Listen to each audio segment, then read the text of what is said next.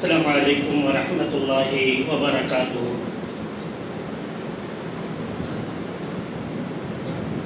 السلام عليكم ورحمة الله وبركاته. الحمد لله وكفى والسلام على عباده الذين اصطفى. أما بعد كل من عليها فان. நேரம் ரொம்ப குறைவாக இருக்கிற காரணத்தினால சுருக்கிய சில வார்த்தைகள் சொல்ல விரும்புகிறேன். இந்த உலகத்தில் இருக்கக்கூடிய அனைத்தும் ஃபனா ஆகக்கூடியது. இன்னா ஜஅல்னா மா அலல் அர்தி ஸீனத்தல் லஹா லினப்லுவகும் அய்யுஹும் அஹ்ஸனு அமலா. இந்த உலகம் நீங்க பார்ப்பதற்கு எப்படி இருக்கு? அழகா இருக்கா இல்லையா? நல்ல ட்ரெஸ்ஸை போட்டு போனாதானா நல்லா இருக்கும், நல்லா இது பண்ணாதான் நல்லா இருக்கும். மனிதனுடைய உள்ளங்களில் இருக்குதான் செய்கிறது. ஆனால் இந்த பூமியை பார்ப்பதற்கு சீனத்தல்லாம் பார்க்கிறதுக்கு புற்புண்டுகள் எல்லாம் உழைக்கக்கூடிய இந்த பூமியாக இருக்கிறது. ஆனால் அல்லாஹ் உங்களிடம் பார்ப்பது அழகு அல்ல, பார்ப்பது என்ன? ஐயுக்கும் அஹ்ஸனு அமலா. இதுக்கு மத்தியில் அமல்களை தான் பார்க்கிறான். நீ என்ன அமல் செஞ்சிருக்கிற அப்படின்னு அந்த அமலை மட்டும் தான் அல்லாஹ் கிட்ட போகுது. இப்போ இத்தனை நாள் இப்ராஹிம் ஹஜரத்துன்னு கூப்பிட்டு இருந்தீங்க, மர்ஹூம் இப்ராஹிம் ஹஜரத்துன்னு சொல்லுவீங்க. அதில் கூட வந்து என்ன சொல்றீங்க? ரஹ்முல்லா. அது என்னது? புதுசாக ஒரு பட்டம் கொடுத்துருக்க அப்படின்னு நீங்கள் பார்ப்பீங்க. ரஹீம் என்ன? கருணை புரியக்கூடியவனே, அல்லாஹ் அவர் மீது கருணை புரிவாயாக என்று இப்போ நம்ம பொதுவாக சொல்றோம். மௌத்தானவருக்கு சொல்லக்கூடிய இந்த வார்த்தை புரிஞ்சிச்சா? நிறைய பேர் என்ன புதுசாக சொல்லியிருக்கிறாங்க. அவரை மாதிரி ஒரு படத்தை கொடுக்க போறீங்க கிடையாது. நாங்கள் வந்து அல்லாஹ் அவருக்கு அருள் புரியணும்.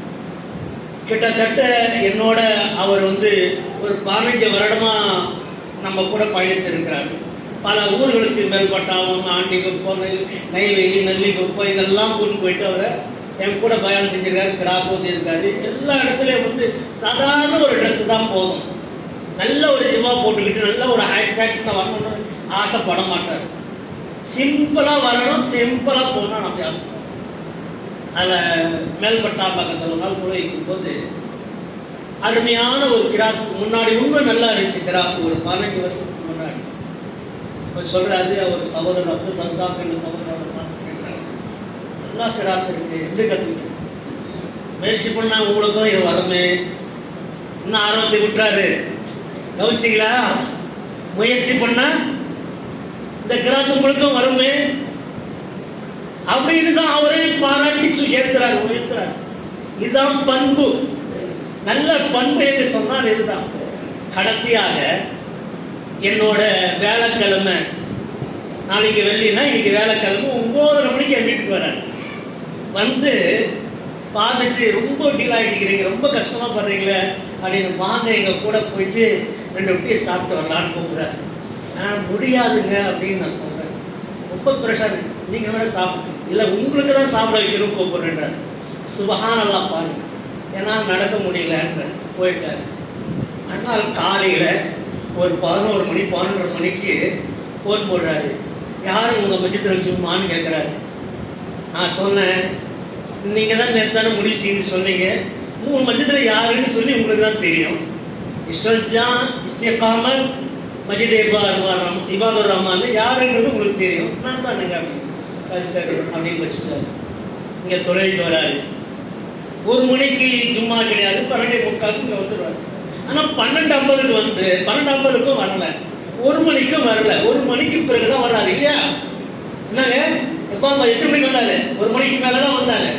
வந்து கொதுபாவை கொடுத்துட்டு மக்களோடு கேட்கிறாரு, அல்லாவுக்காக மன்னிச்சிருங்க, அல்லாவுக்காக மன்னிச்சிருங்க. இன்னும் 3 முறை அவர் சொல்லிட்டாரு. மிம்பர்லேருந்தே சொல்லிக்கிட்டே வந்து கீழே வந்து தொழுக முறிச்சு கூட அந்த வார்த்தையை சொல்றாரு. ஒரு மனுஷன் சொன்னா, நான் இந்த மஸ்ஜிதுக்கு முதலாளி கிடையாது, நானும் ஒரு வேலைக்காரன் தான் என்ற உணர்த்தக்கூடிய வார்த்தைகளை சொல்லி சொல்றாரு. அவர் இந்த வார்த்தையை, நான் லேட்டாக வந்து அவங்களுக்கு சிரமம் ஆயிடுச்சு, லேட்டாக வந்து அவங்களுக்கு சிரமம் ஆயிடுச்சு, மன்னிச்சிருங்க, நான் மன்னிச்சிருங்க. எந்த மனிதர் கேட்பார் இந்த வார்த்தை? எனக்கு உடம்புக்கு முடியல அப்படின்னு. எனக்கு உண்மையிலே அந்த அளவுக்கு இது இருக்காதுன்னு நினைச்சேன் நான். 1 மணிக்கு 1:30 மணிக்கு தொழுகை முடிச்சுட்டு வீட்டுக்கு போகிறார், சாப்பிட்றாரு. அசருக்கு திரும்பி என்ன பண்ணுறாரு, பெண்கள் பயானம் நடத்துறாரு. அந்த பயானம் நடத்தி முடிச்சுட்டு மக்ரிப் தொழுகைக்கு இங்கே வந்த உடனே ரஹான தொழுகைக்கு சொல்கிறாரு. சொல்லிட்டு அப்புறமா எனக்கு ஃபோன் பண்ணுறாரு, ஏதோ முடியல அப்படின்றாரு. அல்லாஹ் சுப்ஹானஹு வ தஆலா அவர் கண் பார்வையில் அதனால் முடியலன்னு காட்டுது. கீழே போகிறாங்க, அதனால போச்சு. அப்புறமா அல்லாஹ்வுடைய சனிக்கிழமை ஆஞ்சகிராம் பண்ணிட்டாங்க.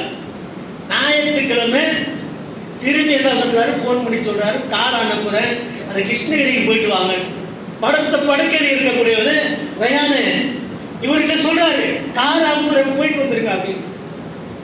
அதனால் முடியாதுங்க அப்படின்னு சொல்லிட்டு கிருஷ்ணகிரி நான் போக முடியாதுங்க அப்படியே சொல்லிட்டு வச்சுட்டோம்.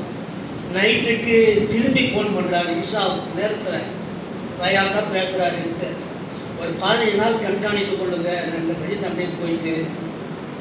ஏன்னா ஒன்றா நாங்கள் பண்ணிப்போம் 2 பேரும். எந்த நேரத்தில் போனாலும் ஒன்றா தான் இருப்போம். எந்த ஒரு துக்கமோ சுத்தமோ இருந்தாலும் நீங்கள் கூட பேசிக் கொள்வார்கள். சொல்லுகிறார்கள், ஒரு 15 நாள் நீங்கள் பார்த்துக்குங்க, நான் வந்துடுறேன். சரியா, உங்களுக்கு பிரச்சனை இல்லை. நான் சொல்லிட்டு மாசாக ஆள் அனுப்பிடுறேன், ஜும்மாவுக்கும் ஆளை செட் பண்ணி எல்லா ஒரு விதமான ஆளை சொல்லும்போது திரும்பியும் அல்லாஹ்வுடைய கிருபை ஒரு 11 மணிக்கு மேலே செய்தி கிடைக்குது. பஸ் இறங்கிட்டே வருது. அன்புக்குரிய தோழர்களே, நேரம் இல்லாத ஒரு விஷயத்தை மட்டும் ஞாபகப்படுத்துகிறேன். நைட்டில் இஷா தொழுக்கு ஒரு கிளம்பி வருவார், கையில் ஒரு சின்ன பை மாட்டிருப்பார், சின்ன கையில் பை மாட்டிருப்பார். இந்தாங்க இந்த பையோட வந்திருக்கேன்.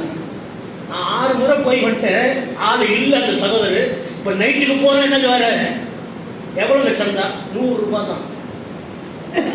பெரிய குடும்பத்தில் பிறந்தவர், பெரிய குடும்பத்தில் வாழ்ந்தவர், யாருடைய கை நீட்டி கை வாங்கியவர்கள் அல்ல.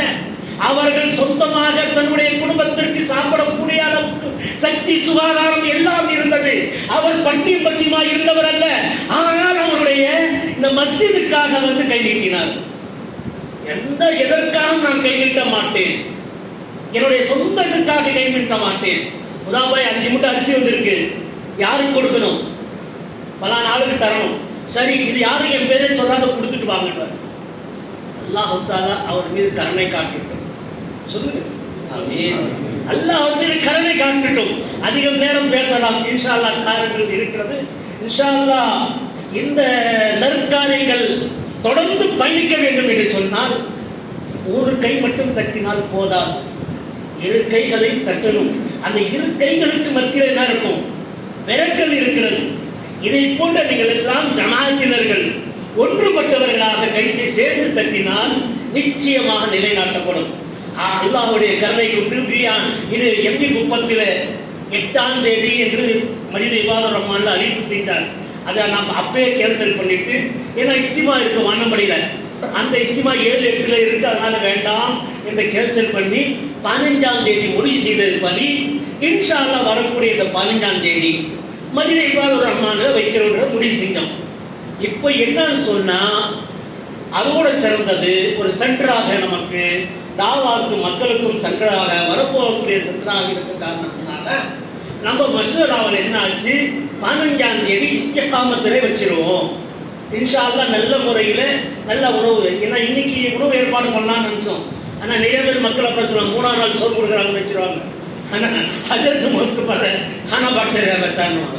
அந்த மாதிரிலாம் இருக்கக்கூடாது என்ற ஒரு கண்ணோட்டத்தில் இன்னைக்கு டீ பிஸ்கட்டை நிறுத்திட்டு இன்ஷா அல்லாஹ் 15ஆம் தேதி நல்ல முறையில் நீங்கள்லாம் ஒன்று சேர்ந்து வாங்க. இன்ஷா அல்லாஹ் எப்படி இந்த முறை நான் அழைப்பு கொடுத்தேனோ எல்லாருடைய வாட்ஸ்அப்புக்கும் அதே மாதிரி வாட்ஸ்அப் அழைப்புகள் இருக்கும். நிறையாக என்னால் பேசிக்கொள்ள முடியாத காரணத்தால், ஃபோன் பண்ண முடியாத காரணத்தினால் இன்ஷா அல்லாஹ் பயானுடைய மூலமாக நம்ம வாட்ஸ்அப் மூலமாக பயான் நிகழ்ச்சிகளை சொல்லிக்கொண்டே வருவோம். ஒரு ஊரும் ரம்ஜானுக்கு பிறகு தொடரும். அதே மாதிரி அந்த தொடர்ச்சியில எல்லோரும் ஒத்துழைப்பு தாருங்கள் என்பதை கேட்டுக்கொள்கிறேன். அன்புக்குரிய சகோதரர்களே, யார் யார் அந்த சந்தாக்களை செலுத்தி கொண்டிருந்தார்களோ யாருடன் அவருடைய நம்பர்களை தொடர்பு கொள்ளுங்கள். நம்ம ஜமாஅத்தை ஒற்றுமையாக பிரிந்து விடாதீர்கள், ஒன்றுபட்டு அல்லாஹ்வுடைய கையில் பலமாக வெற்றி பிடித்துக் கொள்ளுங்கள். நிச்சயமாக நீங்கள் வெற்றி பெறுவீர்கள் என்றார் அல்லாஹ் தஆலா. அந்த மாதிரி மதீனாவுக்கு போகும்போது இந்த வசனங்கள் இறக்கப்பட்டது. அதை போன்று நபிகள் நாயகம் ஸல்லல்லாஹு அலைஹி வஸல்லம் சொன்ன வார்த்தையை உங்களுக்கு நினைவுபடுத்தி காட்டுகிறேன். நீங்கள் எல்லாம் ஒன்றுபட்டு அல்லாஹ்வுடைய கயிற்று பலமாக வெற்றி பிடித்து என்னுடைய சகோதரன் தான், என்னுடைய தோழர் தான் என்ற நினைப்பில் எல்லாருமே செயல்படுங்கள், பிரிந்து விடாதீர்கள், நிச்சயமாக வெற்றி பெற முடியும் என்பதை இந்த இடத்தில் காட்டிக்கொண்டு இன்ஷா அல்லாஹ் நிறைய நேரம் பேசலாம் இந்த விஷயத்தை பற்றி. ஆனால் நிறைய என்னுடைய வஸ்தாதெல்லாம் இங்கே உட்கார்ந்து இருக்காங்க. அதனால் ஒரே ஒரு விஷயத்தை நான் படிக்கிறேன். இஷா தொழுகை ஏங்க நீங்கள் ரொம்ப ஜல்தியாக வைக்கிறீங்க, சீக்கிரமாக வைக்கிறீங்க அப்படின்னு கேட்பேன். எங்கள் உஸ்தாத் அப்துல் ரஷீத் இருந்தாங்க, அவங்க சொல்லுவாங்க ईशा का नमाज के पहले मदरसा ख़त्म करके वो नमाज पढ़ा को वो घर को भेजे तो बराबर रंगान அவருடைய மகனார் இங்கே உட்காந்துங்கிறார். எங்கள் உஸ்தாதோட அந்த மாதிரி இவர் என்ன செய்கிறாரு, அந்த பிள்ளைங்களுக்கு தரத்தி வரணுமா, இந்த இஷா பாங்க சொல்கிறதுக்கு அசான் சொல்கிறதுக்கு உட்கார வச்சு ஓட்டிக்கிட்டு இருப்பார். காலையில் பார்த்தாக்கா அந்த தஹஜ்ஜுத் நேரத்துக்கே போன் அடிச்சிடுவார். இந்த மாதிரி காலையில் நீங்கள் பஜர் தொழுது நீங்கள் வந்துருங்கன்னாரு. அந்த பஜர் தொழுது எல்லா வீட்லையும் கதை தட்டி தட்டி பசங்களை கொண்டு போயிட்டு போய் தருவார். இந்த பண்பு தான் அவருடைய நல்ல பண்பாக இருந்தது. இதே மாதிரி மதசாவில் இந்த மாதிரி எல்லாம் மதசா பசங்க நேற்று ஒரு 3-4 பசங்களை பார்த்தபோது அவங்க சொல்கிறாங்க ஜாதே தில்லை ஆத்தாண்டு அந்த மாதிரி சொல்லக்கூடாது. ஒமா முஹம்மதன் இல்லா ரசூல் கத கலக் மின் கப்லி ரசூல். முஹம்மது ஸல்லல்லாஹு அலைஹி வஸல்லம் ஒரு தூதராக இருந்தார். அந்த மாதிரி இப்ராஹிம் ஒரு ஹஜ்ரத்தாக இருந்திருக்காரு. இதுக்கு முன்னாடி எத்தனையோ தூதர் வந்தாங்க போயிட்டாங்க. உமர் பின் கத்தாப் ரலியல்லாஹு மாலை எடுத்துக்கிட்டு நின்ற போது அவருக்கு அபூபக்கர் சித்திக் ரலியல்லாஹு இந்த வார்த்தையை சொல்லி காட்டுறார். இந்த குர்ஆனுடைய வசனம் வந்தாங்க, இந்த மாதிரி யாரும் சொல்லாதீங்க, எந்த பசங்களும் அந்த மாதிரி சொல்லிக்காதீங்க, எனக்கு தொழுகைக்கே போக மனம் இல்லை, எனக்கு பயானிக்கே போக மனம் இல்லை, இந்த மாதிரிலாம் சொல்லி சலிச்சிருவக்கூடா வார்த்தை இல்லாமல் எப்பவும் என்னும் எந்நேரத்திலும் அல்லாஹ்விலே நம்பிக்கை வைத்தவர், தவக்கல் வைத்தவர்கள் உண்மையான முஸ்லிமாக இருந்தால் அதை தொடர்ச்சியாக செயல்படுத்துங்கள். அல்லாஹ் உங்களுக்கு அருள் புரிவானாக என்று கேட்டுக்கொண்டு இந்த உரையை முடிவு செய்கிறேன். வாஹுரு தாவானா அனில் அல்ஹம்துலில்லாஹி ரப்பில் ஆலமீன். அஸ்ஸலாமு அலைக்கும் வரஹ்மத்துல்லாஹி. मैंने भाई इब्राहिम साहब को एक सवाल किया था कि आपके अंदर ये दावती जज्बा कब से आया, तो आपने फरमाया था कि जामिया दारुस्सलाम में मैं समर इस्लामिक कोर्स में दाखिला लिया था और सिर्फ 15 दिन में तालीम हासिल किया था. उसमें एक उन्वान था, एक किताब थी अंबिया अलैहिमुस्सलातु वस्सलाम की दावत. उस मौजू को मैंने गौर से सुना था, लिखा था, पढ़ा था, उसी से मेरे अंदर दावती जज्बा पैदा हो गया. हमारे मौलाना हाफिज ज़ुहैर अहमद साहब बता रहे थे कि ख़वातीन में तकरीबन 1040 से कुछ तादाद बताए. ख़वातीन में जो प्रोग्राम चला है सरकार में 1040 प्रोग्राम ख़वातीन में. सुभान अल्लाह.